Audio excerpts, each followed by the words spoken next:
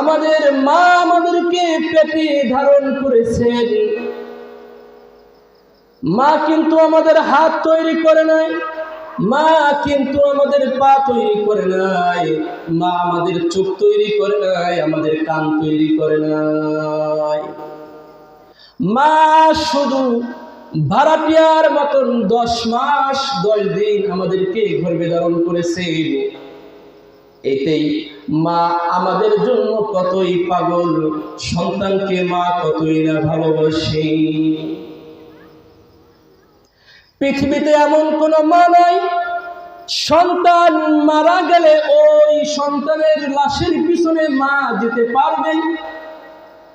এমন কোন মা নাই সন্তানকে কবরে রাখার পর মা ওই কবরে নেমে আবার মা সুস্থ মতন ওই কবর থেকে উঠতে পারবে। এমন কোন মা নাই।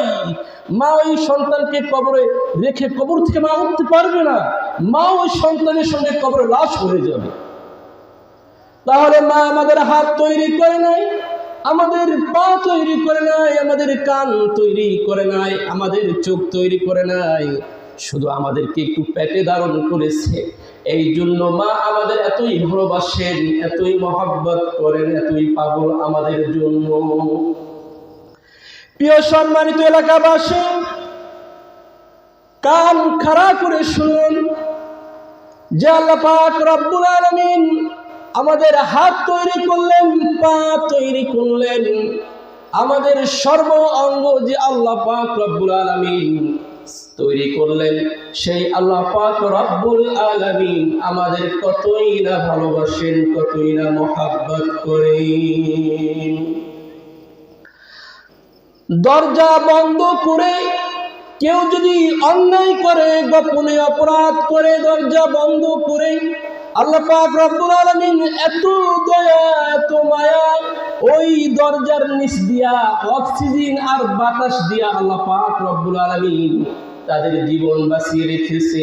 সুবহানাল্লাহ।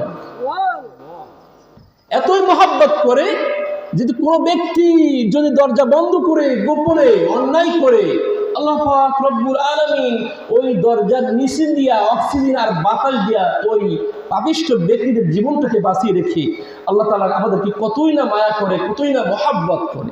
সুবহানাল্লাহ, সুবহানাল্লাহ। যে আল্লাহ আমাদেরকে এত মহব্বত করেন, এত ভালোবাসেন, ওই কোরআনের মাহফিলে এই এলাকার মানুষদেরকে আমি আসার জন্য অনুরোধ করি। সময় নষ্ট না করে মাহফিলের প্যান্ডেলের বাইরে না থেকে, চার দোকানে বসে না থেকে কোরআনের মাহফিলে বাকত হবেন, জান্নাতের বাগানে এসে বসেন, কোরআন এবং হাদিস থেকে কথা শুনেন, জীবনটাকে সুন্দর একটা জীবনে পরিণত করুন। আল্লাহু আকবার, আল্লাহু আকবার।